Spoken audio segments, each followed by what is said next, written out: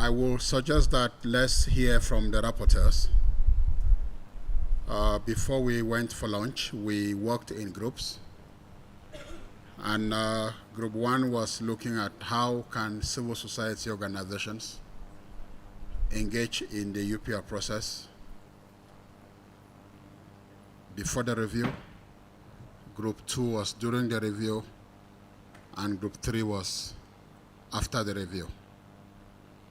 So can we please hear from group one? Group one, you focus on before the review, and we'll give you a maximum of 5 minutes for your presentation. Then if there are other members of the group, I'm talking about the original group, group one, before you rotate it. And then if you have additional inputs, then you can please provide to this group. So let me hear from you, Ade. Thank you very much, Mr. Fokwa. How lovely that we have this rain as our backdrop. Yay! All right. Thank you for this opportunity. Actually, it was lovely to be the rapporteur for this group. We got a lot of input from Zoe Titus from Namibia Media, NMT Foundation, as they had submitted a review this year, and her colleagues in the room with us today, this afternoon, so we'll be able to validate or disagree with some of the things if I get them wrong. But I think something that came up as a very big priority right from the start is ongoing work by coordinating bodies. So I think that I'll just say that up front, and as I go through it, it'll make sense that we come back to this at the end. There's a big need for ongoing work between the periods of review so that the data is readily available when the review date comes. And just the lack of human resources we often have in our small organizations to be able to do ongoing work in this regard. But the process really was one that started with deciding on the scope. So I'm feeling very torn because the link for the the live streaming is with me and I want to share it, but I can't because I'm speaking to you all. Okay, let's continue. A first step is deciding on the scope. So something I didn't know is that if you're an individual organization, a single organization, you only have a certain amount of words, certain length that you're able to submit. Whereas if you're a coalition, the length of what you're able to submit is significantly longer. I feel as though I've been through this with everyone as well, so I'll be quite brief because you were all with me. Then doing desk research was the next step. They had been tracking for a bit. It was important for them to be forward-looking, so for that reason to look at what progress has been made since the last review, as well as which challenges are being faced or if there's been any backsliding.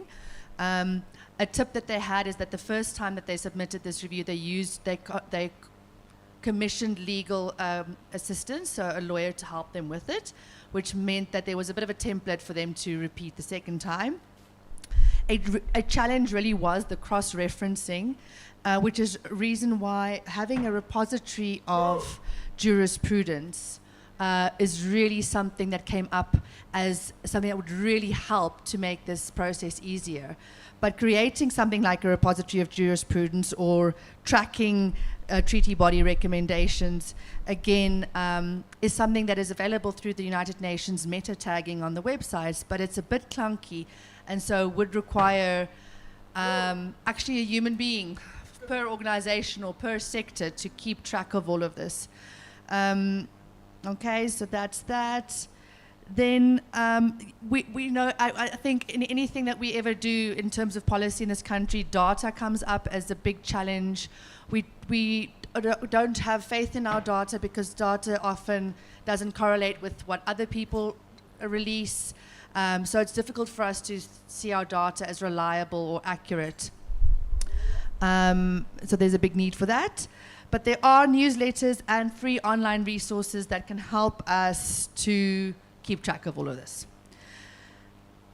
There's a need for bigger communication from the United Nations local office to let us know when reviews are upcoming. And there was also an articulated need for a coordinating body like Civic 264 to tell us when are treaties about to be reviewed and how can we prepare for it and how can we get funding for it. And so back to where I started with this thread through of the need for ongoing work in this regard. I hope that's an accurate summary and that I haven't left too much out. And I'd love to hear how this can be improved on also from Mr. Farquhar. No, thank you so much. I'm sure that you must have discussed this with all the participants. So I'll suggest that let's move to group 2. I'm going to do a presentation after I've heard from all the three rapporteurs. Thank you so much for that.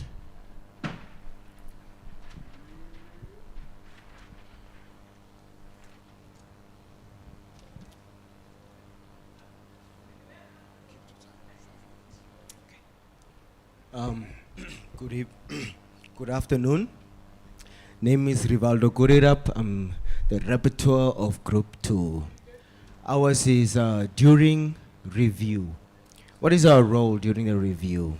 So we decided during the review what we would make sure is to keep record of all the information, especially the data that is really initial, and to strengthen the gaps within the country. So what we will do is to make sure that the information that is given by the stakeholders plus the civil society organizations are actually accurate, to make sure that the Namibian industry is really improved through this process. The other one is to have evidence-based consultation. All the information that we might get, even on the internet or the grassroots level, should be really accurate and factual-based information. And regional consultation, meaning in Namibia we have a lot of civil societies that is not just based in Windhoek, but we could find them somewhere in rural areas, somewhere in small towns. So these organizations should be actually consulted to provide the information that they have on the grassroots as well.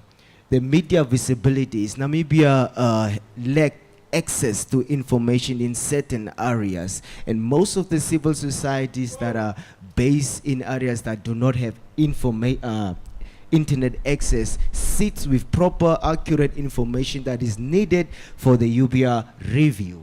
The other one is to have realistic recommendations that meets the needs of the targeted audience. Every civil society organizations have their own target audience in the theoretical area that they are focusing on. Most of them are marginalized, disabilities, LGBTQs, educare, and stuff like that. So we have to focus on what is really necessary and needed within the context of this country.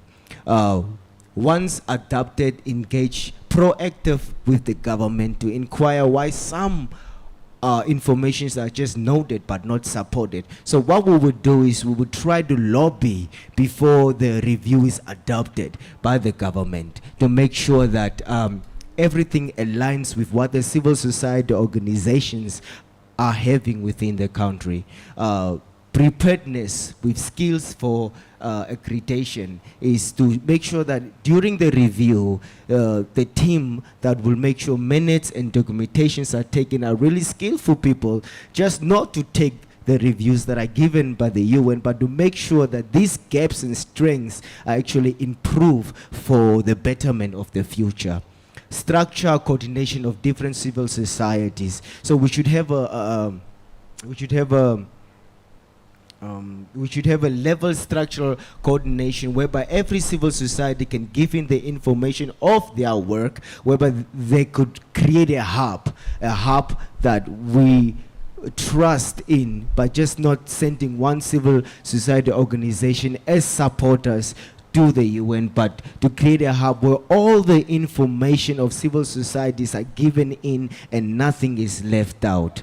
Experience and balance between the working group and the reviewing group is what I just mentioned there. And the other one is to advocate for the policies that are not being adopted. So we have to make sure we have to monitor and evaluate the process during the review, so that after the review, before the adaptation, certain policies that the government is overseeing within the country should be actually adopted without being ignored. So that was ours and our role during the review and what we have to do. Thank you.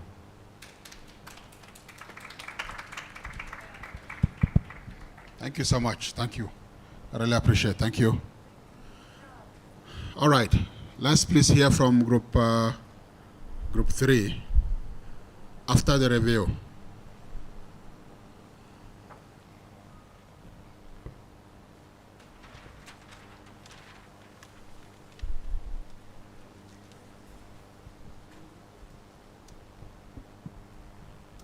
Okay, good afternoon, everyone. So my name is Wally Ronaldo. I am an advocate to the indigenous youth minorities of Namibia. Our group 3 is focusing on the after review process, right? So I had a privilege in meeting each and every participant and discussing these particular points here. So number 1, we have compare and analyze previous and current reports. So we will be analyzing critically the current and previous reports that have been done on this particular aspect, which is the UPR, and then we will see the gaps and if there are improvements needed in that particular discipline. And then number 2 would be monitoring and following up on the implementations of the supported recommendations, right? So instead of, just coming up with these supported recommendations, we will also, as a role for civil societies, will also monitor these particular recommendations together with the institutions, the human rights institutions, and the government as well. Number 3 would be evidence-based advocacy for the noted recommendations. So for the advocacy part, we will have different engagements with the key players, the communities, the government, engaging them on the supported recommendations. Number 4, with building coalitions and partnerships with the government, and also engaging the government as well, and the human rights institution. So building coalitions, it intertwines with the point that we have here, which is also empowering various of civil societies. So building coalitions, different civil societies need to come together and have a common ground, and then stand firm and have these recommendations established. Implementing the supported recommendations, like I've mentioned previously, instead of just being a third partner in this particular review process, the civil societies need to be at the forefront in implementing this particular supported recommendations. They need to also come up with it instead of just agreeing with whatever is being put out. They need to come up with their own implementations as well. And then lastly would be the community engagements.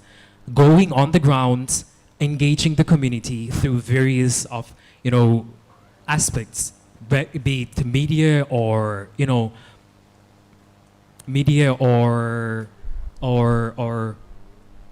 sorry. Outreach, different sort of outreaches. Thank you very much. Thank you so much. Thank you.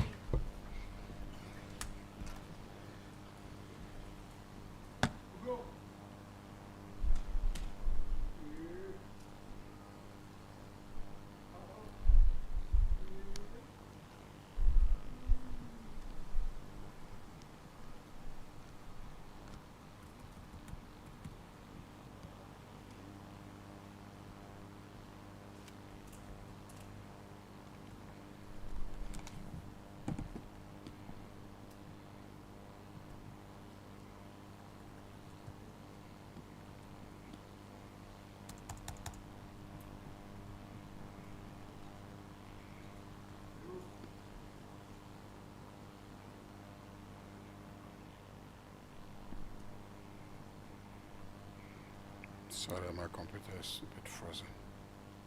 Trying to sort it out.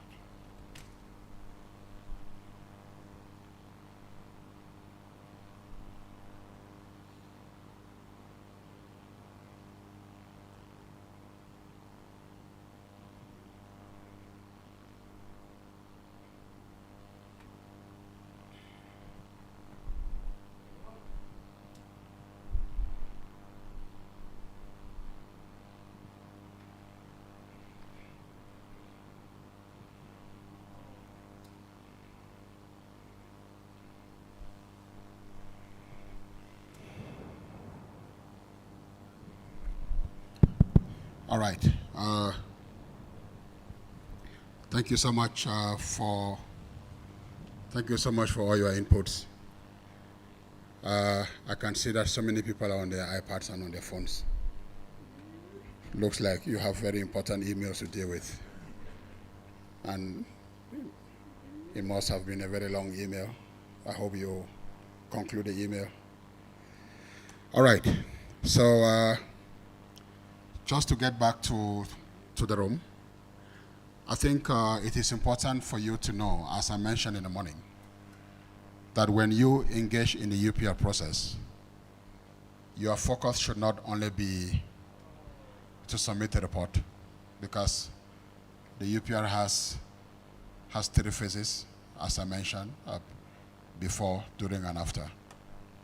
So in the course of this presentation, we are going to look at how can civil society organizations engage in the UPR process in terms of the preparation of the report, between the review and adoption, and also in terms of implementation of the recommendations.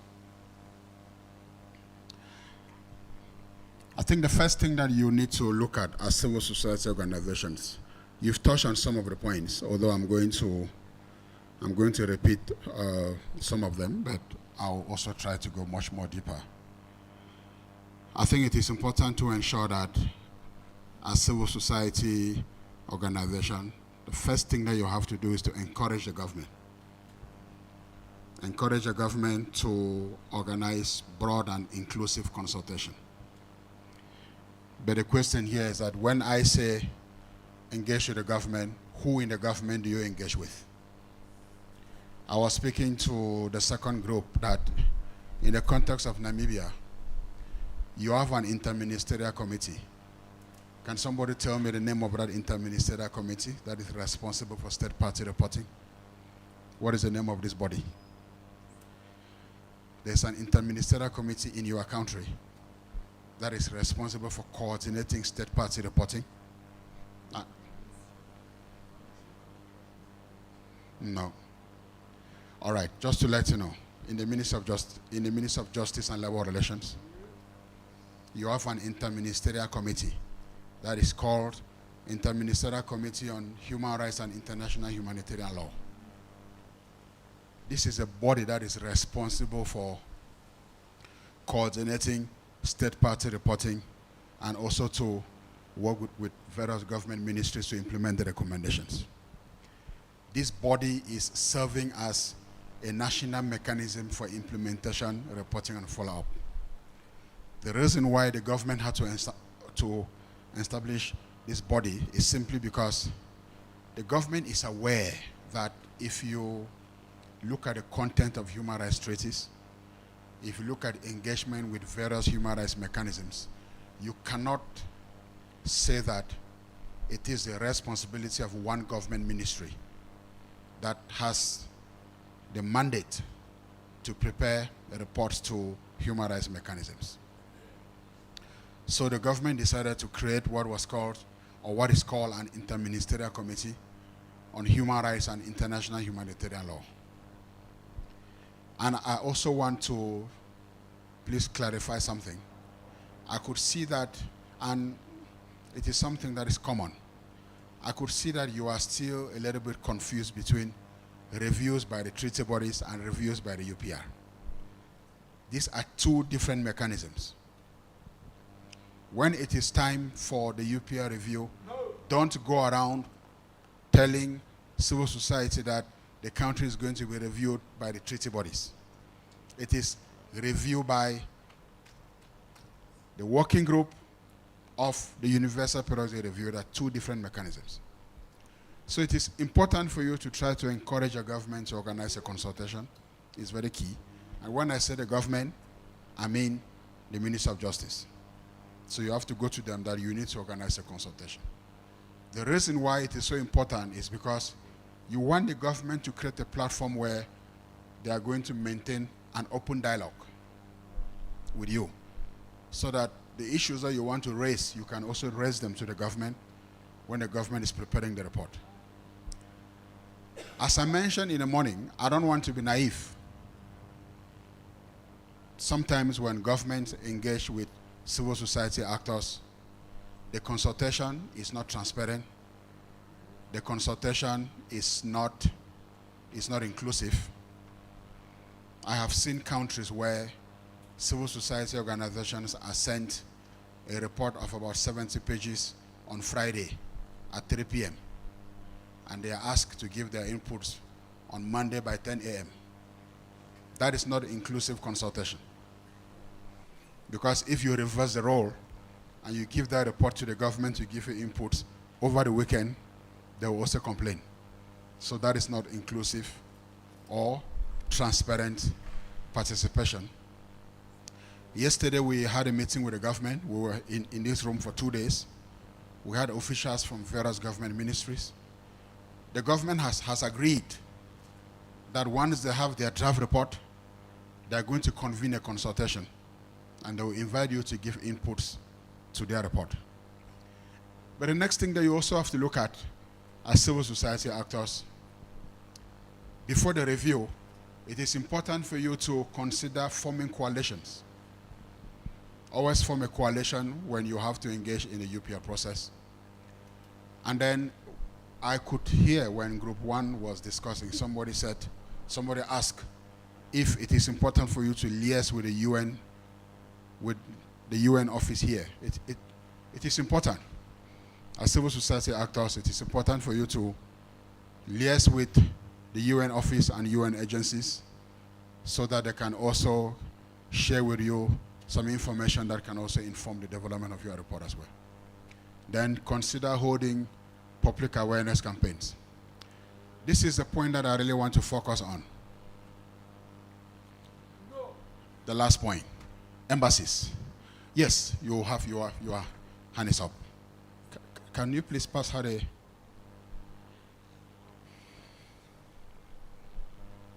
Thank you very much, sir, for allowing me to ask a question.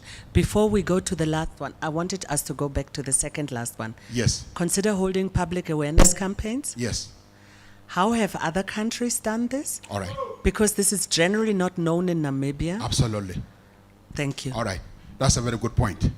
For example, we just completed a review of Lesotho because we also supported Lesotho.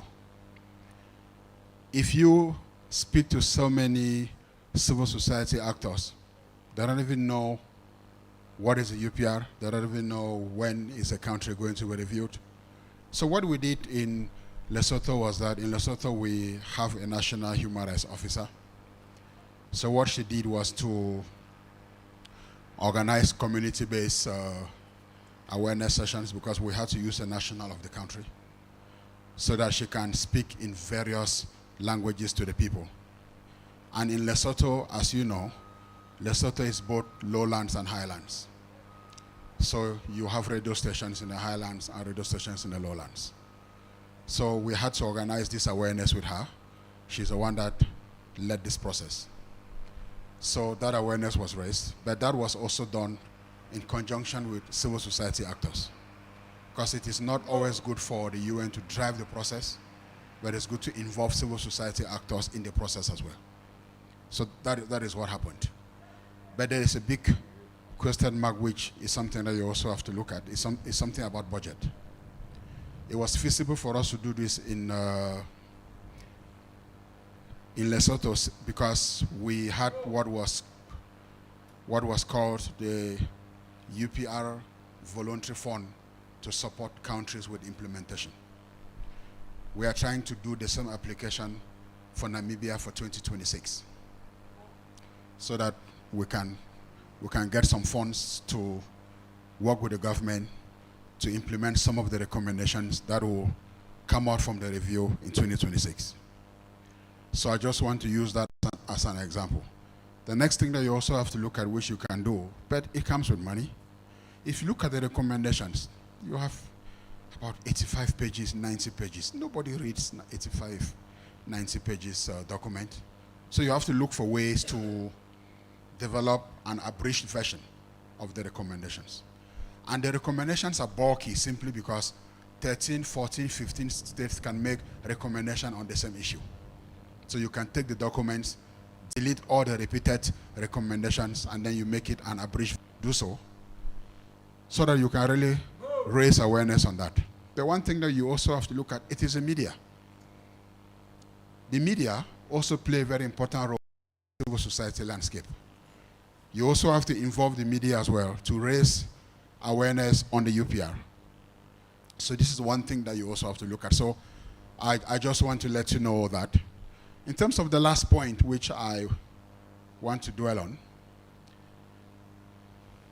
colleagues, it is very important that before you engage with the embassies as civil society actors, do some background homework. Civil society, it is important for you to know that members of the diplomatic corps have their own specific areas of interest. For example, the Norwegians may be interested on issues concerning Sogi rights, torture, the Swedish. It's good for you to do that mapping, and you have to engage with them. You cannot go to an embassy only when you need financial support or you need to work with them. Always engage with them. And once you engage with them, and then it is going to create that platform. As civil society actors, you can also say that you want to create a forum where you want to engage with members of the diplomatic corps. But you have to be well structured, because as civil society actors, you don't want to approach members of the diplomatic corps as if you have in-house fighting in terms of who is going to work on what, who is going to get this money. So you need to be able to coordinate yourself.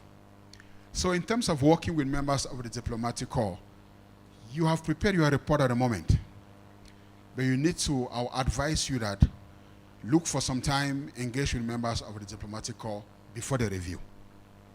They are the ones that are going to put forward recommendations to Namibia. Some of them don't know about the key human rights issues in Namibia, but they have to go and give recommendations. And they have to rely on information that has been submitted by the government. Sometimes they will also read your report online, but it's good that you have that platform to engage with them so that you organize yourself thematically. For example, what we did in South Africa, that was in 2023, when South Africa had to go through the fourth cycle. We engaged and worked together with an organization in Geneva, which is called the UPR Info. So what they did was that they brought on board members of the diplomatic corps in one room, then civil society organizations organize themselves thematically, and then they raise key human rights issues to members of the diplomatic corps, so that they can be able to put forward these recommendations. If you look at this, if you engage with them at the beginning, when you get to after the review, remember, when you look at the recommendations, countries that have made recommendations, the names of the countries are tagged towards the recommendation. It is put in bracket. This recommendation came from Sweden, from Norway, from Denmark, from England, from Germany. If you have engaged with them at the beginning, for them to make those recommendations, it helps to create a platform for you to engage with them, to ask for funding. You go to them, you say, listen, you put forward these recommendations, I came and engaged with you at the beginning. Because the question is going to be that, yes, but you didn't engage with me at the beginning. Towards implementation, that is when you're coming to me now. So if you discuss with them at the beginning, at the end of the recommendations, you can go back to them and say, listen, we want to work on this, we want to work on this. However, you do so with a caveat. The caveat here is that know that it is a government that has the paramount obligation to implement recommendations from human rights mechanism. So whatever you are going to design to implement, you should please do so in collaboration with the lead government ministry. Please come in. My apologies that I have Please, so many questions. I please wasn't go here ahead. this morning. Maybe No, some things were I discussed fully understand. already. Please go ahead. Currently, we are in the UN, the second UN decade for people of color and people of African descent. Yes. So that's a big issue, decolonialism and so forth. Mm-hmm. Namibia is currently having bilateral talks with Germany. Yeah. Is this something that we as a country could bring up? Because this is something affecting us as a country and as people, and it's something that they say they want to agree, our two countries, Germany and Namibia, at bilateral level, but we are all affected by it, especially the question of the economy and the land dispossession and so forth. Because the UN has this decade, and in Namibia not much has been done, I'm not even sure if it's known. Can we use that decade as a tool to also lobby and advocate? Because we are aware Europe doesn't really want to discuss this because it would come with reparations and other things. So how deep can we go? That's a very good point, and I think my colleague has been working on that. He had a meeting with the Minister of Foreign Affairs a few days ago.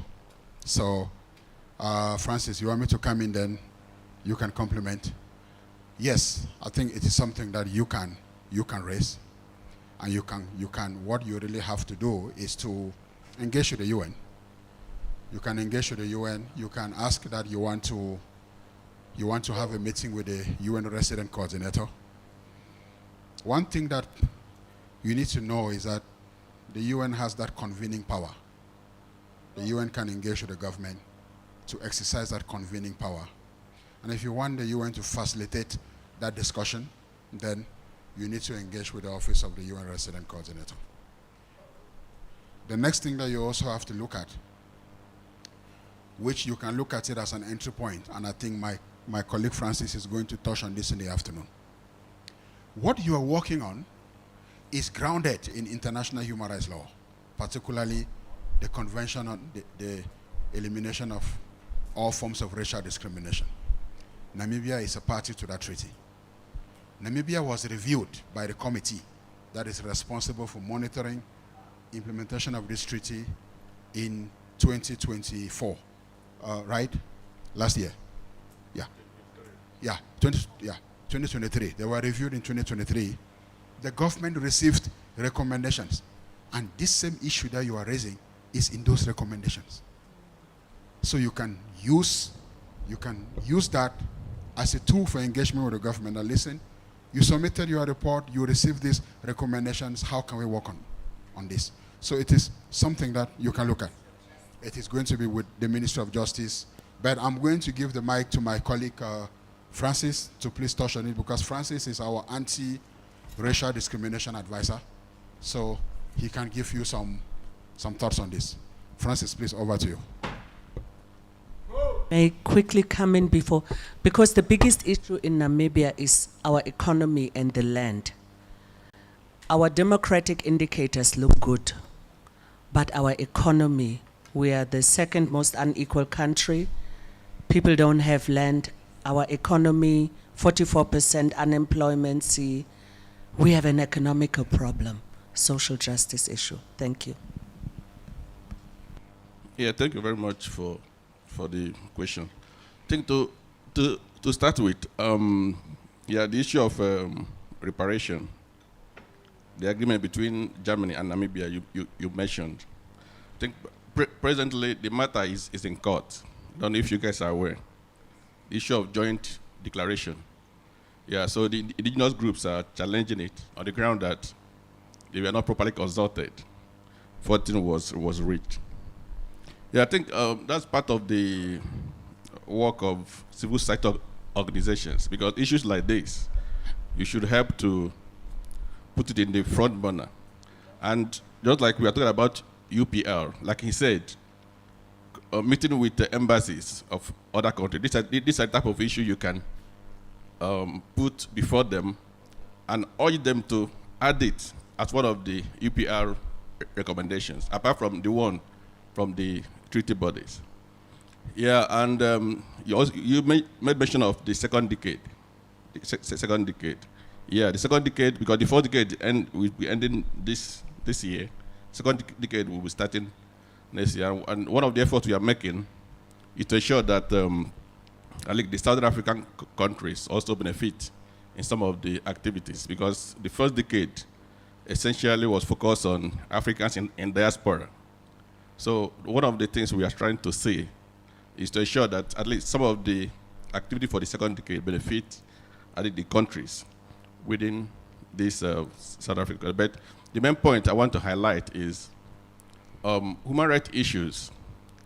If you don't, as CSOs, civil society organizations are the watchdog of society. If you don't engage with the government will not do much. But when you engage with the government on some of these issues, it is only then that the government will be able to say, okay, what step do we take?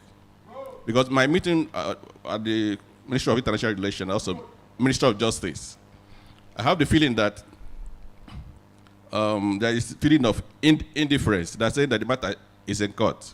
Because of that, there's nothing they can do. But I know that as civil society organizations, when you have a forum to engage with them on some of these issues, because the matter is, I told them the matter in court needs more of political solution, not necessarily judicial solution. So maybe during my own session, we'll talk more on this. Thank you. Thank you so much, Francis. And I just want to mention that we have a session after this, which is going to focus on the Convention on the Elimination of All Forms of Racial Discrimination. And we are also going to look at all the anti-racial discrimination mechanisms within the UN that you can engage with. So Francis is going to facilitate that session. So I think it is important for you to just be mindful of the fact that you have to engage with members of the diplomatic corps. Before the review, I heard most of you talk so much about supported recommendations. Please, recommendations that are noted doesn't mean that you cannot engage with the government on. If you look at the recommendations, you are going to see that the ones that have been noted are recommendations that pose, I will consider that as greater risk in terms of human rights. So why should you just forget about the noted recommendations? It is important for you to also engage on the noted recommendations and try to engage with the government on how can you address some of those issues as well. I had a conversation with one of the groups. I was asking them that as civil society actors, I just want to ask some of you in the room, how often do you engage with the portfolio committee in Parliament? Do you know that you have a portfolio committee in Parliament that is responsible for human rights and the rule of law? How often have you engaged with them? If you have engaged with them, can you please put up your hand up? Can see two people. Thank you so much for doing that. I just want to mention to you that it is a good opportunity for you to engage with them. You may sit here, you think that yes, us from the UN, we are bringing a lot of theories, but when you try to practicalize it, you will see how useful it is. Firstly, it is important for you to know that in the various areas where you work and where you come from, you have a member of parliament that is representing that constituency. That should be your entry point before getting to the portfolio committee. So you need to know who is in parliament that comes from your constituency so that that person can also engage with you. The second thing is that the reason why you are engaging with the parliament is simply because the parliament exercises oversight function over the executive. All the treaties, all the human rights issues, the parliament is supposed to be aware of. So one of the things that we are planning to do in Namibia next year, which we have already started doing it with UNDP this year, we want to organize a specific capacity building session for members of parliament on the role of the parliament in terms of exercising the oversight function to foster the promotion and protection of human rights. The reason why I'm saying this is because we don't want to come here and lead that workshop ourselves. We would like to invite some of you in a room so that you can really bring down to the members of parliament some of the key issues and how you expect them to also engage with you. So as civil society actors, it is important for you to know that you need to engage with members of parliament, particularly the relevant portfolio committees. So this is very key. The next thing that you also have to look at before the review, I was also speaking to the other group. In Namibia, you have the Office of the Ombudsman. The Office of the Ombudsman, according to the Paris Principle, this is a body of principles that was adopted and developed in Paris, and then it was given the name Paris Principle.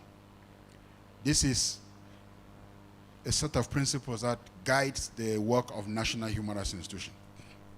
So in terms of the Paris Principle, the Ombudsman is supposed to play a very key role to undertake assessments on status of implementation of human rights recommendations. And I'm going to throw the ball again back to you. As civil society actors, how often do you engage with the Office of the Ombudsman? I think it is important for you to also engage with the office. I know that the Office of the Ombudsman, at the moment, it has some, I can see it has some issues that it backs, but it doesn't bite, based on what you are trying to say. That's not me saying, but you. But the point I want to explain to you is that we are now working with the Office of the Ombudsman to come up with a new law that is going to strengthen the capacity of the Office of the Ombudsman. We have raised these concerns to the government. We've raised these concerns to the government that the Office of the Ombudsman cannot be seen as an extension of the Minister of Justice. It is supposed to be an independent institution. The current Ombudsman, Mr. Barcelos, is somebody that is also pushing for this to happen, so that the Ombudsman should have a separate law that is going to strengthen the capacity of that body. So this is something that we should also look at and see how we can engage the Office of the Ombudsman. Yes, please come in. Excuse me, sir. Please. We have the great example in South Africa where under Madam Tuli Madonsela, Yeah. the public prosecutor Yes. was very strong. But after her, I don't know if it got weakened, we don't hear anymore. But that was a good example if we want to benchmark in Africa or with our neighbors. No, you're right. I think she's well admired by so many people. Very, very vocal. Give the NPA that visibility, that voice, and if it is something that you want to also replicate here, then that may be something that you may want to also explore. But I just want to now touch on during the review. During the review, the first thing I want to mention to you as civil society organizations is that there are some opportunities for funding for you to participate in the review. As I mentioned in the morning, not all of you can travel to Geneva for the review. But there is an organization in Geneva which we work closely with, and I've already mentioned the name. It is called UPR Info. UPR Info, they support civil society organizations to participate in what is called the UPR pre-session that takes place in Geneva. So this session is organized about 2 weeks or sometimes 3 weeks before the review. So what happens is that they will create a platform where they bring together members of the diplomatic corps, then they invite 2 civil society actors or 1 from all the 14 countries that are going to be reviewed in a particular session. As I mentioned in my presentation, 14 countries are reviewed per session. So in May 2026, 14 countries are going to be reviewed, including Namibia. So they will send a call for application. I'm going to share that, but it is important for you, civil society organization, to agree among yourselves and discuss and agree who is going to travel to represent you, so that that person can be able to advance on some of the issues that you want to bring forward to members of the diplomatic corps. That is one. The second thing that you can also look at during the review is to organize your own pre-session. So we sometimes also organize a pre-session in country. This one you can also get money from one of the embassies. If you go to one of the embassies, you see you want to collaborate with them, you want to organize a UPR pre-session where you invite members of the diplomatic corps here in Namibia. I would strongly advise you that when you do that, ensure that you work in-house, because it is not good when you go and appear in front of members of the diplomatic corps as a bunch of civil society organizations that are fighting among themselves. Okay. All right. Thank you, ma'am. So you have to ensure that you don't appear, you don't go before them as civil society organizations that.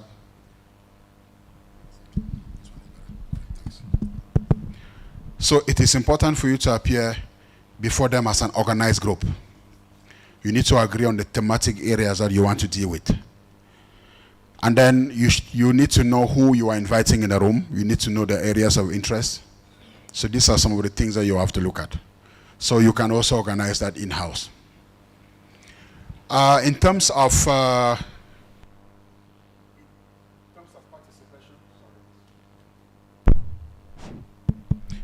participation, you can also travel to Geneva for the review, but you need to be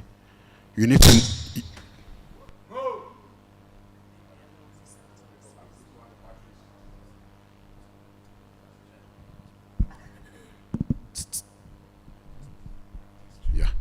So then you can also think of participating in the review as long as you have received the necessary accreditation. And then I also just want to let you know that yes, there is also a specific time that is allocated for civil society organizations to also provide briefing, and they are given that platform. Now, in terms of after the review, and I think this is where we really have to discuss. Now, after the review,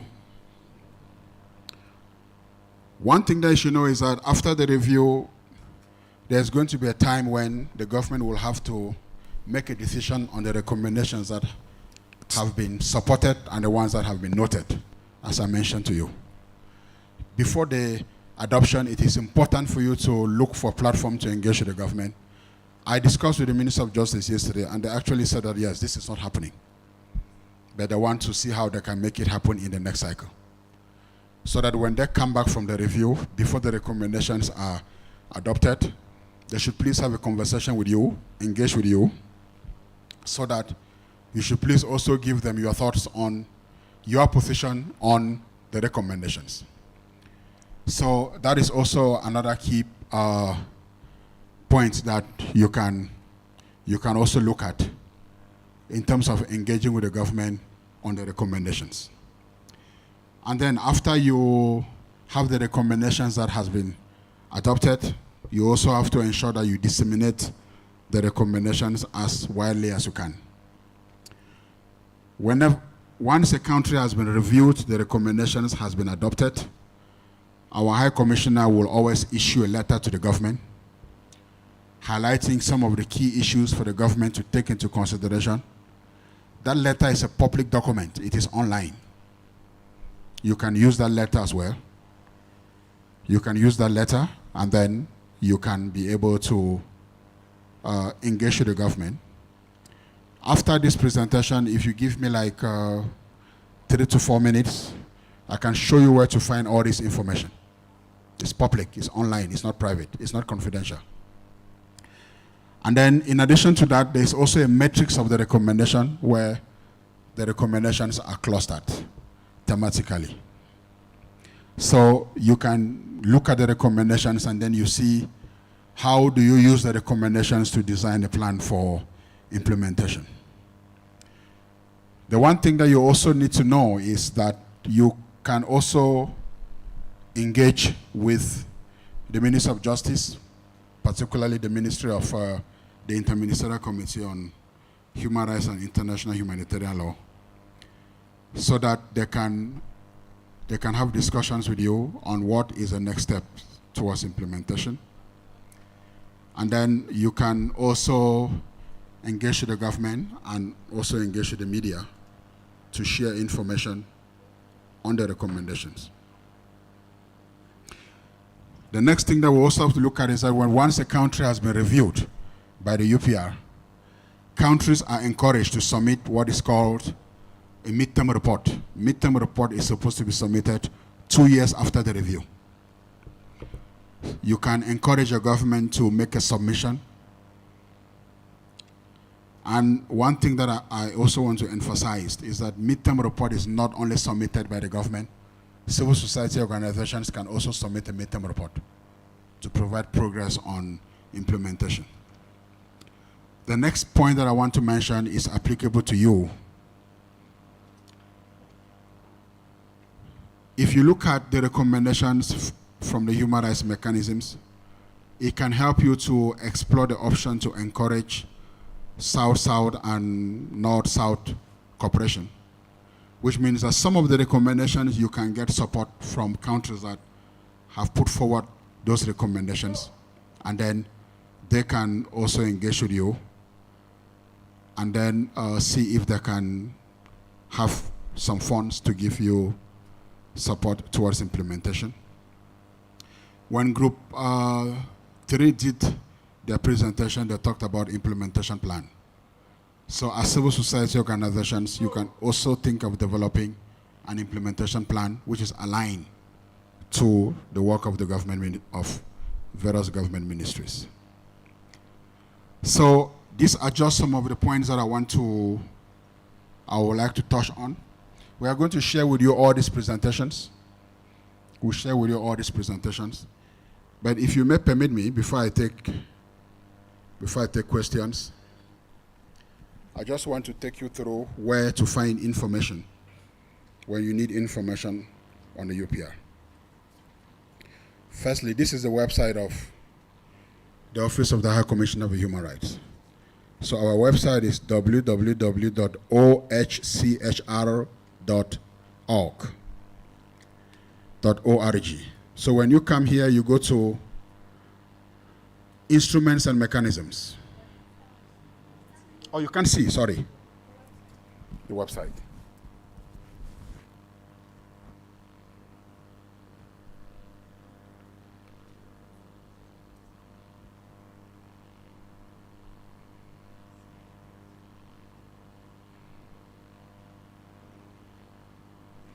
Where is the IT guy? He needs to help me to duplicate this. I need to duplicate this screen. Yes, my key is not working. All right, thanks. So this is our website. This is the Office of the High Commissioner website. So when you go on the website, you go to Instruments and Mechanisms. Let's start with the UPR. So this is a UPR, the Universal Product Review.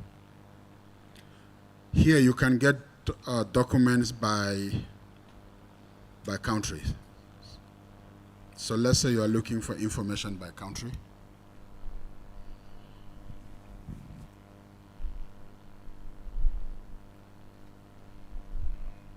So you go to documentation by country.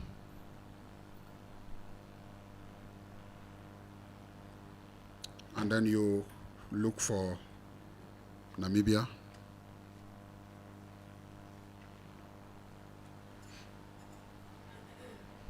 So you look for Namibia here. When you go to Namibia, you are going to see all the information that relates to the UPR from the first cycle up to the third cycle. Here you can find information on, you can find the recommendations, which is in the form of a matrix. You can find a summary of all the recommendations and how the recommendations are linked to the SDGs. How many recommendations were linked, what percentage of the recommendations are linked to the SDGs. You need to look at that as well. If you want to see the letter from the High Commissioner to the government, the letter is here.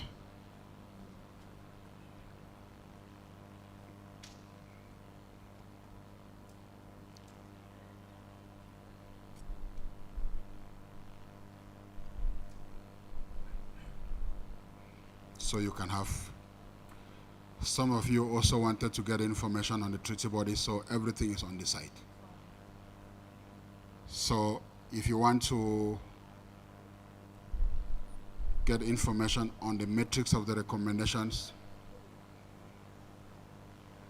these are the recommendations that has been clustered thematically, and you can have access to all the recommendations are here.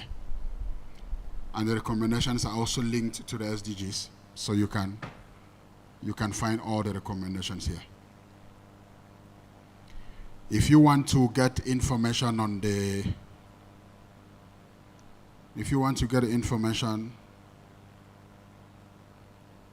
treaty bodies,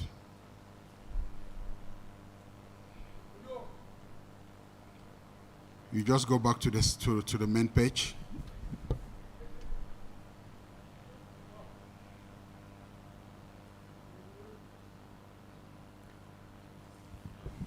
Under instruments, you just go to treaty bodies, and then you look for the database. You can find all this information that you need. So everything is on the website.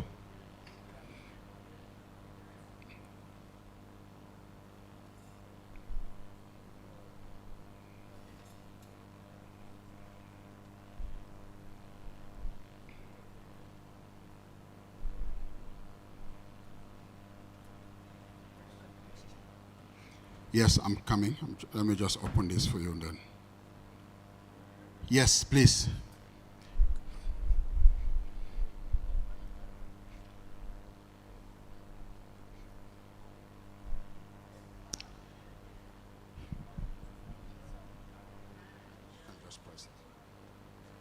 Thank you so much.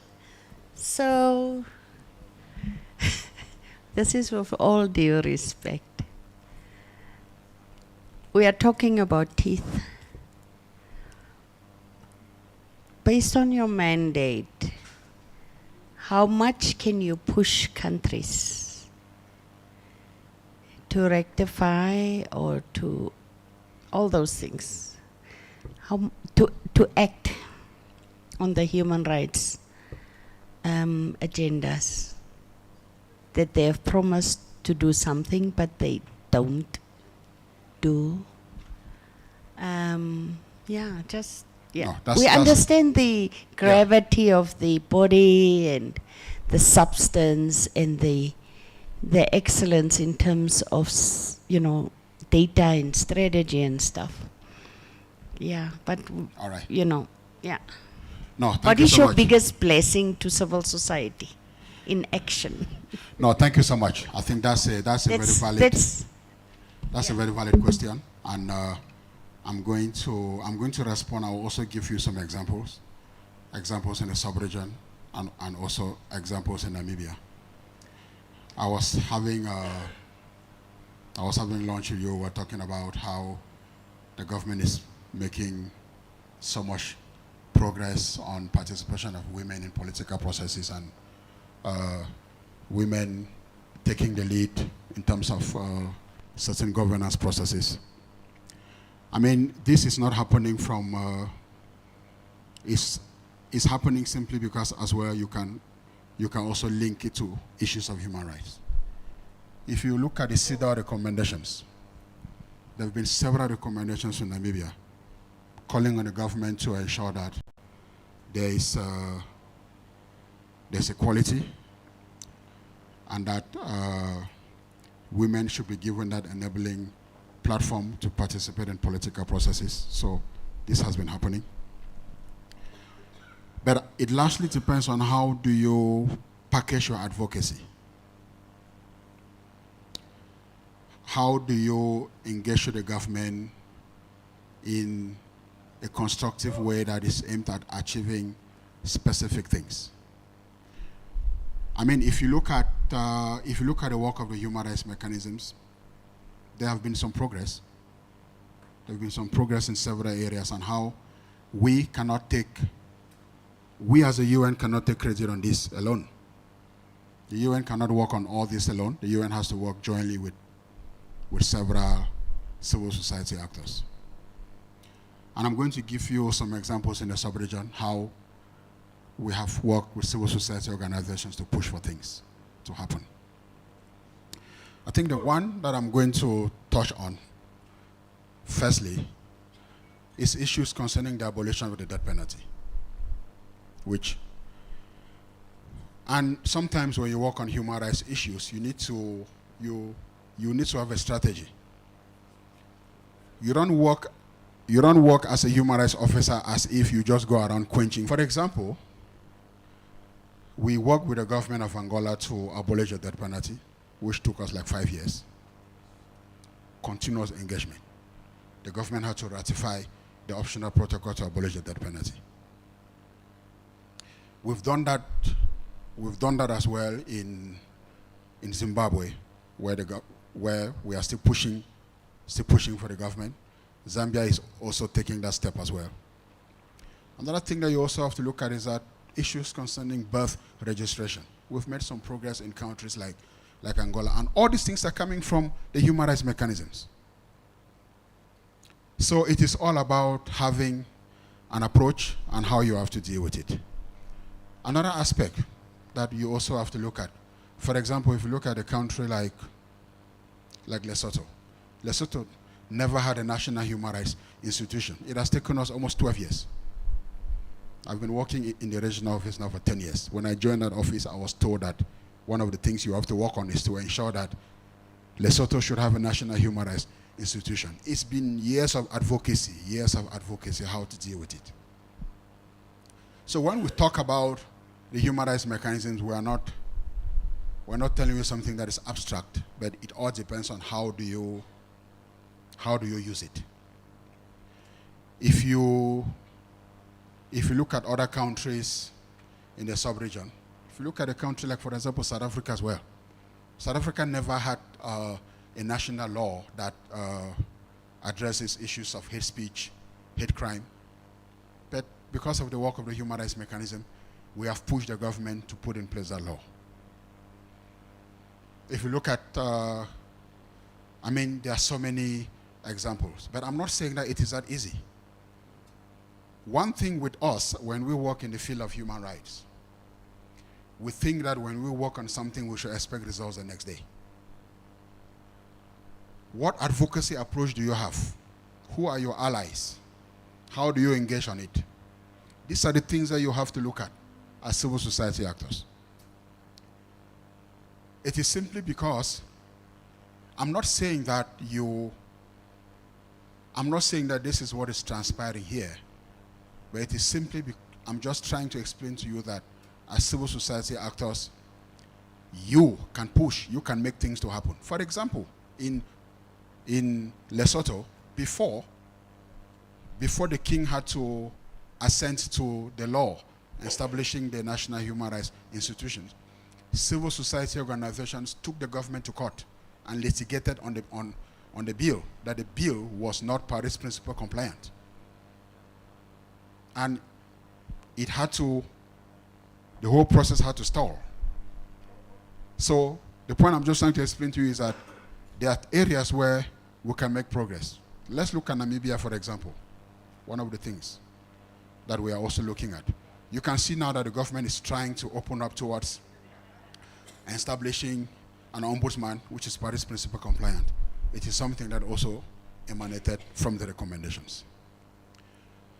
Just to come to you now, just want to touch on one point.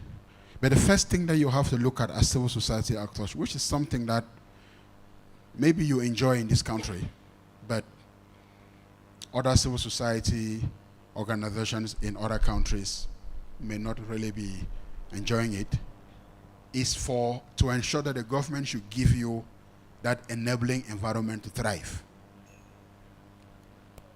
There are countries where civic space is shrinking, is closing. Civil society organizations are not even allowed to gather, because how do you package your strategy? How do you package your various approaches on the things that you have to work on? So I don't know if I've responded to your question. Yes, it is something possible, but you need to have a strategic approach on how to deal with it. Thank you very much. There's another question there. The environment. And what's funny in Namibia, we were always told the Sperrgebiet or certain areas are UN, UNESCO protected areas. They can't be touched, but now mining can touch them. So who do we believe? Do we believe that our environment is protected under UNESCO heritage, or does that all not count when it comes to investment and profit making?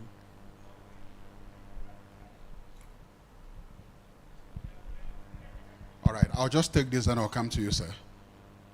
I'm not an expert on heritage sites, but I'll look at things strictly from a human rights point of view. I think one thing that we all have to accept, and we have to look at Africa at the moment, is that we are dealing with a lot when it concerns multinational corporations. Because countries have to create that balance between development and human rights, and also to respect heritage sites. But I think there are mechanisms that you can also explore. For example, if you look at the UN, there is a guiding principles on business and human rights. Guiding principles on business and human rights. The next one that you can also look at, we have the working group on business and human rights. The working group on business and human rights is one of the special rapporteurs. It is a working group on business and human rights. If you have issues on this, particularly on business and human rights, engage with the government and try to advocate that the working group on business and human rights should undertake a visit to Namibia.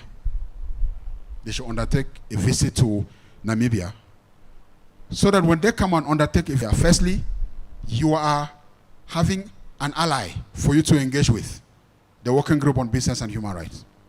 They are going to raise all these issues, they will engage with the government, and then they will also give the government some guidance on some of these things. So there are mechanisms that you have to look at. Similarly, within the African human rights system, you have a working group on business and human rights. So these are some of the things that you have to explore. So as civil society actors, it is important for you to know the various mechanisms that you can use to address some of these issues. And in addition to that, even in the UPR report that you have said, you can also raise these issues in terms of the treaty bodies, when you submit your report, you can also raise these issues as well. So I just want to let you know that these are some of the mechanisms that you can explore, and then so that you can also engage with the government. Yes, sir. Sorry for keeping you waiting.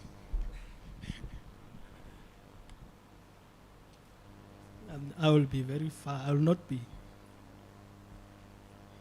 I will be maybe out of context. We are from the disability community. Yes. My name is Dion Besago, representing the National Federation of Persons with Disabilities. But I'm from the Namibian Mental Health Association. I'm the Secretary General. When we came into the space of civil society, because we were just operating as the welfare organizations with the subsidies from the Ministry of Health and Social Services,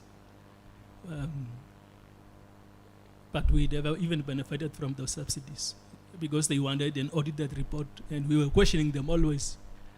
You first have to give the subsidy before you audit us. So we were from that space. And we were perceived from the medical model as patients who always depend from the Ministry of Health for all those services in terms of assistive devices and pharmaceutical services that we used to receive from them. And from there we were now shifting to the other model where we were just seen as recipients of grants and so forth. Now that was not a social model.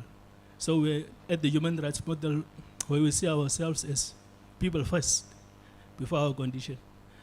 And when we came into the space, we realized that we don't have an umbrella body. I saw umbrella initiative, I plug it somewhere here, operating differently. They are not even maybe in this room, some of them, members of the umbrella initiative. But it's having a lot of civil societies, members of them. We revamped the NANGOV into NAMNET. And we will have that togetherness. We were just thinking that now we will always have, even as a quarterly meeting or something, sort of where we meet under one roof. So when I came to see all my members here present today, it was under the Enhancing Participation, Participatory Democracy in Namibia. That was a joint program between the European Union and the Namibian government. It's really welcome. They gave us 10 trainings over 2 years. So we came to become, we know each other. The only places where, or only civil societies that really try to bring us together, as I have observed, is the Civic Plus 264. I see also IPPR. They are really trying. I see CCN. They try of the land policy, land bill that was there, and or even the NDP6, they try to come together of us so we can have an input there. And IPPR is really trying the policies. And I don't know, but we have to really take this, and I really like the suggestion that you made, because I can see it's the same consultant that the government is using that is coming to us. So it's better to have separate rooms. Then after the session, we just come together under one room, and the things get done. That's a very that's a very good suggestion from your side, and I really believe it to happen, so that in our case of disabilities, there's a state report and there's a shadow report. Now the shadow report also, the representation at UN, we have to pay ourselves to represent ourselves there, but we don't have funds to really, and we are really demanding as a disability community from the government that assist us. We cannot be only volunteers for these organizations of persons of disabilities, while we know that is in the UN conventions, it's organizations of persons with disabilities, officers, because we are at the grassroots, representing our people. But we are volunteering, and really it pains us, because we are working for salaries, but now we are ordinary volunteers for a job that is so crucial in the community, and is into convention. And the state is always giving the report. What are they telling the UN? Are they including that we are only there as volunteers? Even to come here for this very important engagement, you have to borrow somewhere and come here. It's a shame. And we really have to come under that umbrella body of NFPDN, write these reports, and without any intervention, without any investigation, without any monitoring from the government, our report must go as it is. Because they also send theirs that we never see what they send. So I really like this kind of conversations, and it's a way forward. Thank you. No, thank you very much. Thank you. I'll comment later.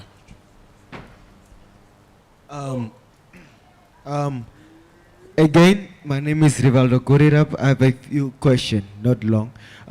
We do work with the government on the local authorities within our constituency, yes. But mostly the information that we give to our local councillor does not reach the parliament itself.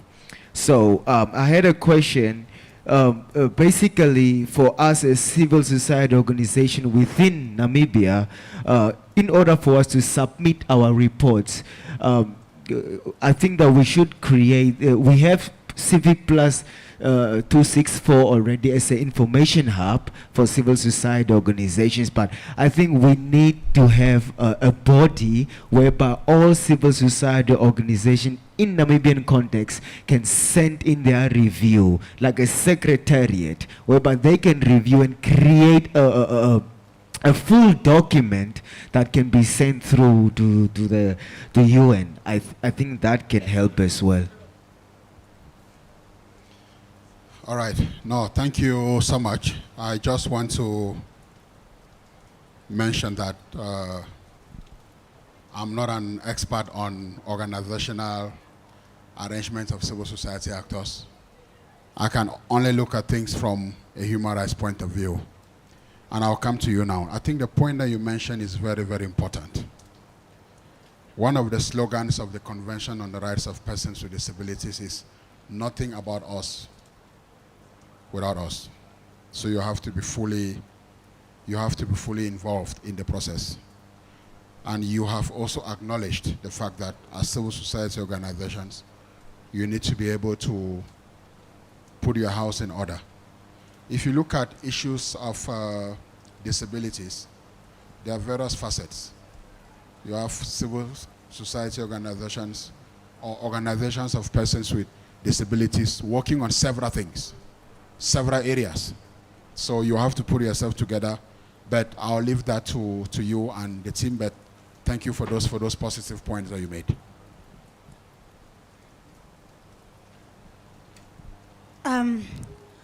Good afternoon, everyone, again. While we are still there together, we stand.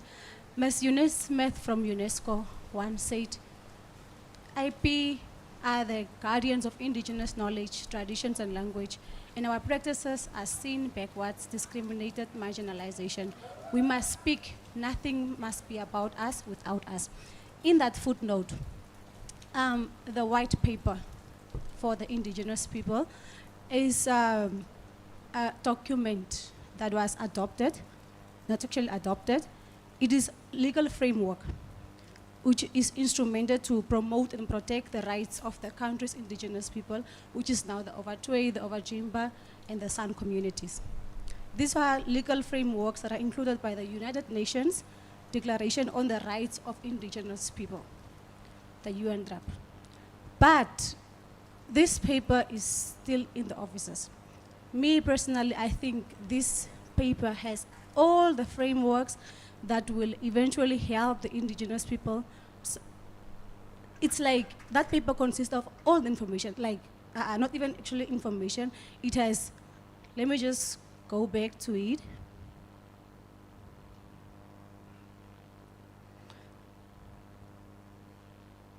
Okay, let me just start from here. The final draft was submitted to the Office of the Attorney General in 2019, and it is still not formally adopted.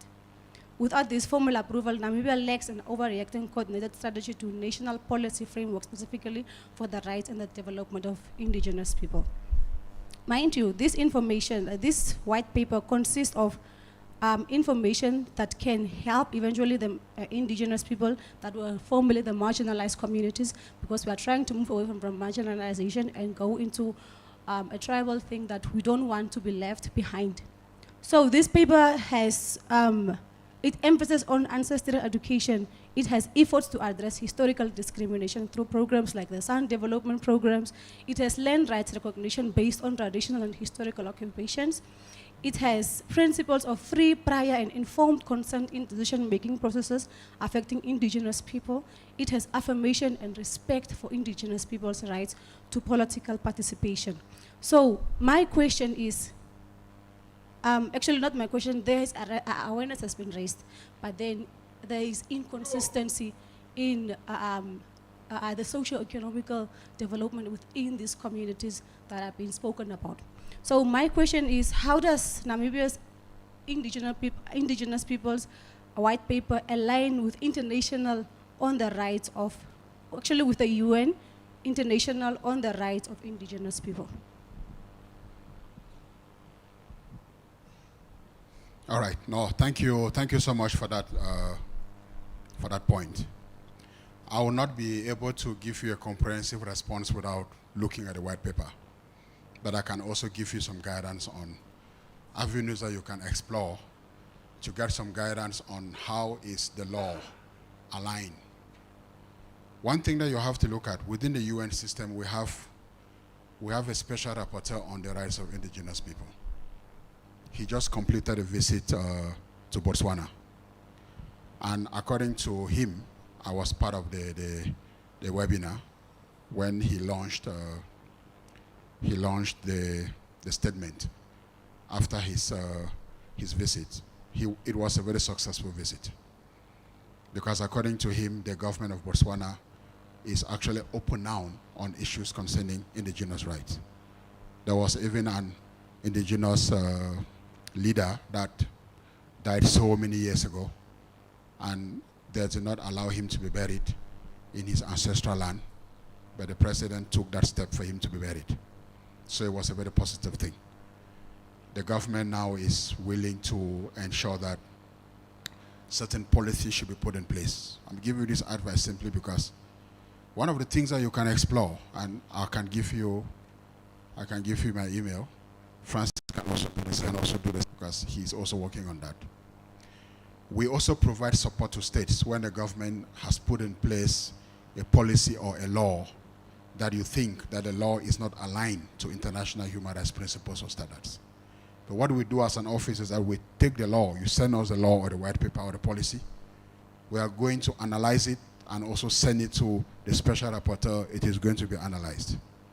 The special rapporteur is going to send a communication to the government, bringing to the attention of the government some of the variances, some of the gaps in the law, in the white paper, calling on the government to try to address some of these things. That's one of the things that you can also look at. Secondly, you can also engage with the government to try to accept the visit of the special rapporteur on indigenous people.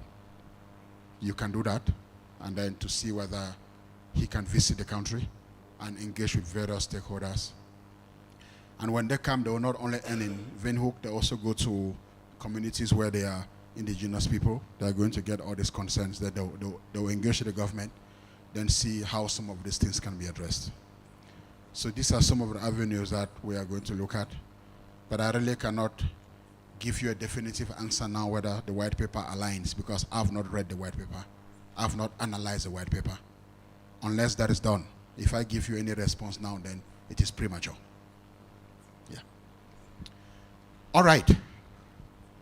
Colleagues, any other comment or question, then we can go for tea break. If the tea break, no, tea break is supposed to be at 3, but yeah, let me take questions from you. It's not a question, it's a comment, because when we were on our emails, I did receive a long email, but this is about NORAD, the Norwegian organization that has got a call for papers. So during tea time, then if you can give me your phone number, I can forward it to you. Okay? Because I don't have the details and it is very long. Thank you so much. Yes, sir. Thank you, ma'am. Thank you for that. Yeah, thanks. I think, of course, it's my very first time to be engaged with this UBR process, but I certainly see the value of it and for the need for it. I think, once again, what it really points out to me is the need for civil society, us as civil society, to organize ourselves better, and that's nobody else can do it for us. We'll have to do it for ourselves, and we'll have to find mechanisms to be able to do it, to be able to be effective, to be able to be taken seriously by others, especially the actors with which we can. If we only come to UNDP initiated workshops, will not be very much effective, as important as this is, unless we are organized. And it's clear that we can be successful in our individual corners, and I'm sure we are all doing very important work, but there are things for which we need to come together to have an effective voice. And I think initiatives that have been mentioned here of Civic Plus 264, NAMNET are important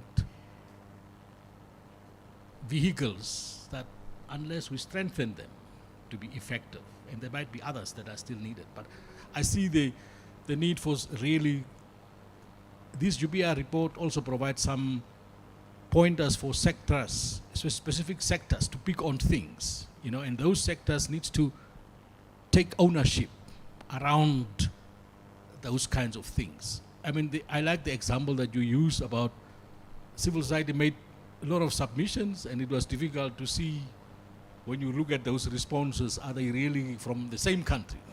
So there is a need for us. It's not just about submitting the things, but it's engaging amongst ourselves to see what are really the issues. So that I'm not saying we'll always 100% agree on issues. Yes, there might be, even in civil society, areas of disagreement, and that is healthy. If there are tensions, and it's about how we manage that process to be able to see, you know, those convergence and divergence that are in civil society, to be able to be really to be taken seriously.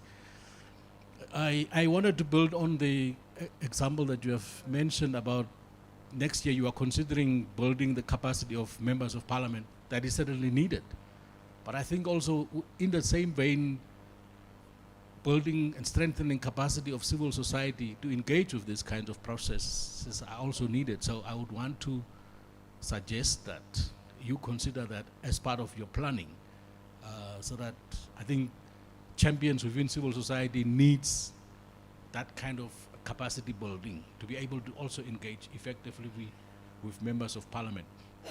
The other thing, I don't have an answer for it, is, but I'm also wondering, you know, how the UN system in Namibia engages with civil society. And maybe, of course, again, the homework has to start with civil society to tell the UN system, this is how we are organized, and this is how you need to engage with us. But I think it's a question that I would want to leave it with us and also with you in that shoe, in terms of the UN system in Namibia, how they see effective ways through which we as civil society can engage with them. Yeah. I think you've touched on some key points. I'll come to you now. I think you've touched on some key points, and And it's good to see that you have actually acknowledged that there's a need for you to organize yourself. In terms of working with the UN, the first thing that I want to mention to you is that the UN is not working in Namibia in isolation. The UN has what is called the United Nations Sustainable Development Cooperation Framework. It is a document that is signed between the government of Namibia and the United Nations. You cannot do anything in Namibia when it doesn't fall within the framework of the cooperation framework. You cannot. As civil society actors, what I will advise you to do is that your first entry point is to look at the cooperation framework. What are the various areas of work that the UN is working on in terms of the cooperation framework? It has various programmatic areas. That's one thing that you also have to look at. The second thing that you have to look at is that within the UN system, we have what is called joint work plans that stems from the cooperation framework. Because if you look at the UN agencies, we are many, 15, 20, 25 in one country. We're working on so many things. You have to look at all these documents. Then, I like the point that you mentioned, sectorial approach. You can decide that, okay, civil society organizations, all of you working on some pertinent issues in the country. One of the pertinent issues in this country is gender-based violence. You may say, okay, we want to look at issues of gender-based violence. Who are the UN entities working on gender-based violence? How can we engage with them? If you look at the cooperation framework, you are going to see that the UN is already doing a lot on areas that you are working on. But how are you leveraging that in terms of ensuring that you coordinate and also collaborate with the UN as well? So these are some of the entry points that I would suggest that you look at. But in terms of working with the UN, I think there are entry points that you can look at, and you should start by looking at the cooperation framework. And that will help to give you some guidance on how to engage with the government on that. Yes. Sorry for keeping you waiting. No, it's fine. Just a comment to what he was saying with regards to also capacitating civil society. I think it's also important that we bring both civil society and parliamentarians into the same room. Because a lot of times when we do have these things separate, there's a disconnect. And it's always important to have these two institutions in the same room.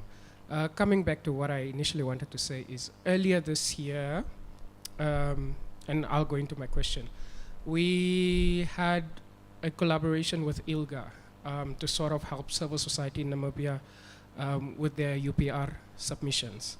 It was a bit sad because there wasn't a lot of interest shown. But this could be due to various aspects, as earlier mentioned when you spoke about Lesotho, right? Because some of them could perhaps not know what UPR is and, you know, the purpose of it as a whole.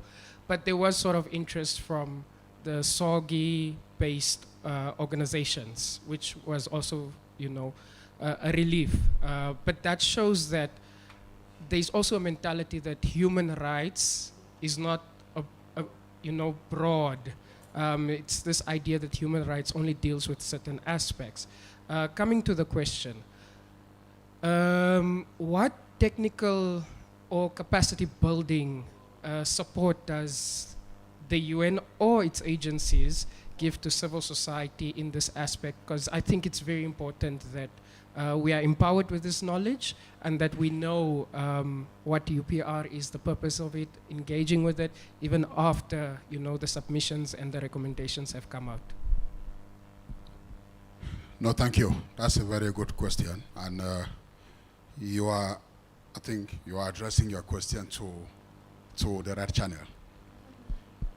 I lead the work of the office on all human rights mechanisms, supporting states, civil society, national human rights institutions, and the UN as well. We've done so much work in the sub-region, enhancing the capacity of civil society organizations. And one of the things that we can look at, and what I can see in this room, is that there's a need for knowledge and skills and information on how to engage with the entire gamut of the UN human rights mechanism. You need that support. We've done that in so many countries, at the country level and also at the regional level. The last regional event I organized was in 2023, where I brought on board 2 civil society actors from all 14 countries in the sub-region. I converged them in Johannesburg for 5 days. And that training was to give them capacity on how to engage with UN human rights mechanisms. We also try to do that with various human rights defenders group. So we also try to do that. We've done that in South Africa, Lesotho, Zambia, Botswana, several countries. In your context, it is something that we can do, and I'm glad that you have raised it, and you've raised it at the right time, because we are presently preparing our work plan for 2026. I think as civil society actors working on human rights, we should all acknowledge that we are all experiencing pushback on human rights issues. And it's coming from all directions. Pushback in terms of the norms, the principles, the standard, and also pushback in terms of the funding. But let's not give up. Let's not give up, because we cannot disconnect anything in life away from human rights. It is intertwined, it is interconnected. I'm not going to make any promise now that this is something that we can do, but we'll consider it to see whether we can have a training for civil society actors here on how to engage with all the human rights mechanisms. A few days ago, one of my colleagues, which I don't want to call the name, shared with me information of somebody who sent information to the RC on a very key human rights issue, that his rights has been violated, his right to privacy and whatsoever, and he has done everything possible to access redress. He's not getting it. There are UN human rights mechanisms that you can explore. Namibia is a state party to the Covenant on Civil and Political Rights. Namibia has ratified the optional protocol that provides for individual communication procedure, which means that an individual of this country can submit information, submit a communication to the treaty bodies when his or her rights has been violated. But there are a couple of things that you have to fulfill. And when I read that communication, that person was already saying that he has fulfilled one key requirement. You must have exhausted domestic remedies. So you can send that information. It is going to be looked at. If it is admissible, the committee is going to look at the case, then decide on your case, then send information to the government. There are various avenues that we can look at. In terms of the special procedures, you just touched on something which makes me to know that you don't know how to engage with the special procedures. The special procedures can issue 3 types of communication. One is called an allegation letter. When you have allegations that your rights have been violated, and you think that you want to get the voice of the special rapporteur to elevate that issue to the government, you can submit information which is going to trigger an allegation letter that is going to be sent to the government. There is also something that is called a special appeal. They can also send information that is called a special appeal. And the last one is order letters. Order letters is when the government is working on laws, policies that contravene human rights. You want to elevate that to the level of the special procedures. You can do that. Now, when I give advice to stakeholders on how to engage with this mechanism, I do so with a caveat as well. It is not like a silver bullet that solves the problem immediately. But it helps. It helps to galvanize the advocacy and brings this to the attention of the government, because when the government travels to Geneva for all these reviews, governments don't like to be asked at the level of Geneva or New York about all these human rights issues. They don't like it. But you have elevated it. You've raised the issue. So it is going to be discussed.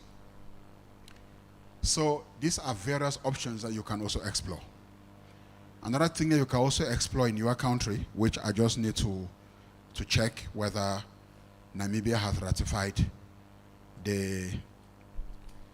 whether Namibia has accepted the competence of the CEDAW committee to undertake an inquiry. These are all things that you can look at. For example, in South Africa, women are killed almost every day. Femicide is high. There's rape, there's gender-based violence. 7 years ago, civil society actors said enough is enough. We cannot take this anymore. We want to involve the CEDAW committee. They submitted information to the committee to undertake what is called an inquiry visit.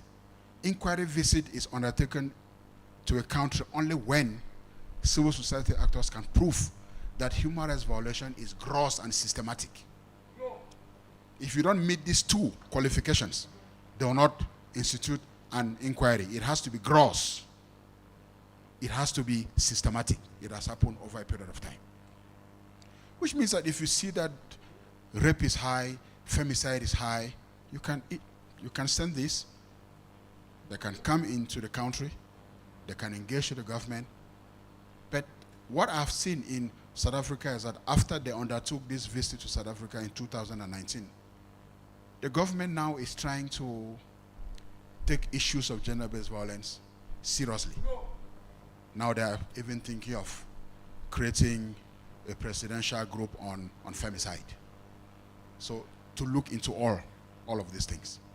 So I just want to let you know that yes, going back to your question, I'm going to consider it.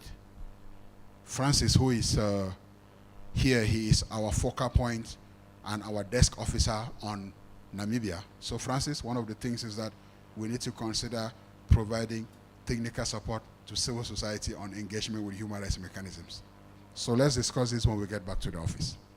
So your request is considered, but no hard commitment. We'll put it on the table.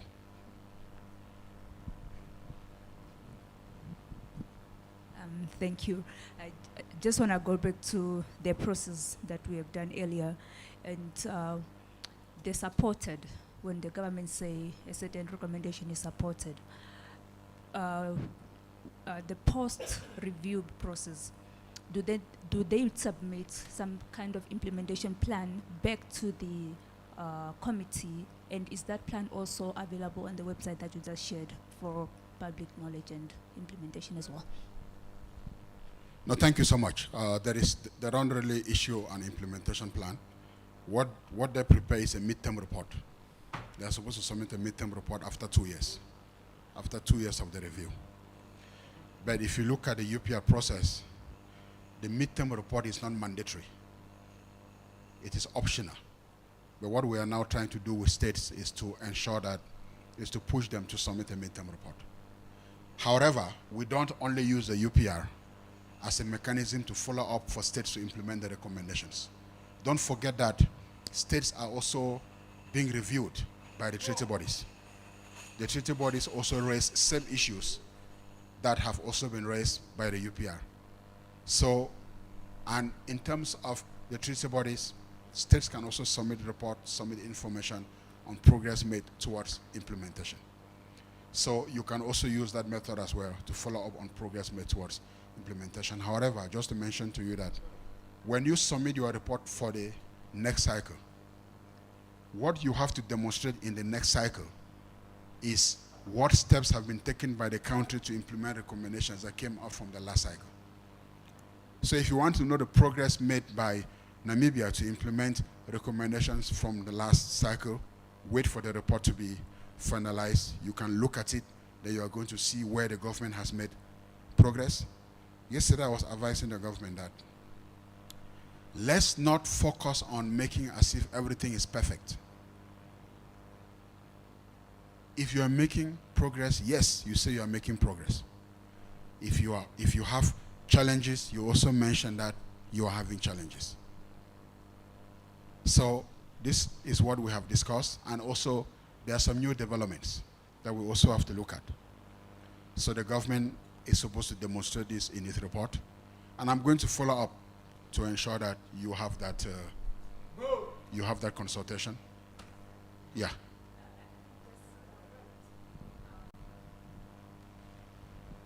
As you can see, the civil society sometimes are not really up to date with this information. We don't want to see the mid-review. We want to be part of the process to ensure that some of these recommendations, supported or noted, are put in practice and are being carried out.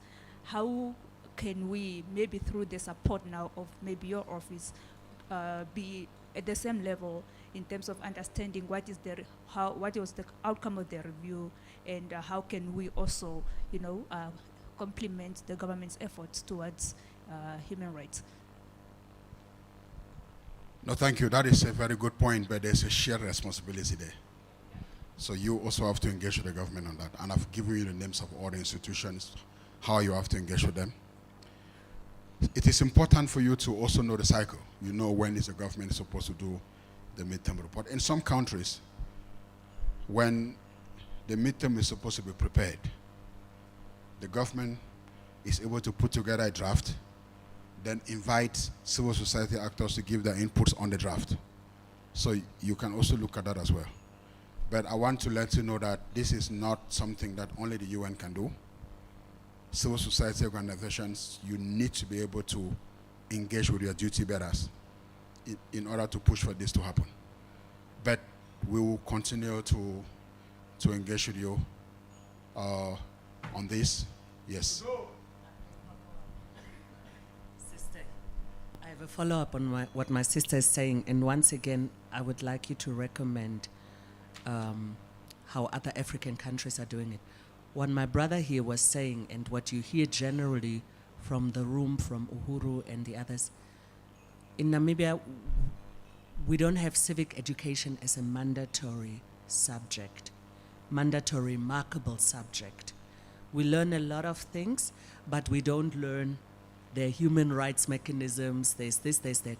Civic education is distributed a bit in history, in life skills, and in 4 other subjects, but it's not mandatory, it's not markable. What you see here, you have this current generation of civil society actor there. In 5 years, the room might look different, and you re-explain everything.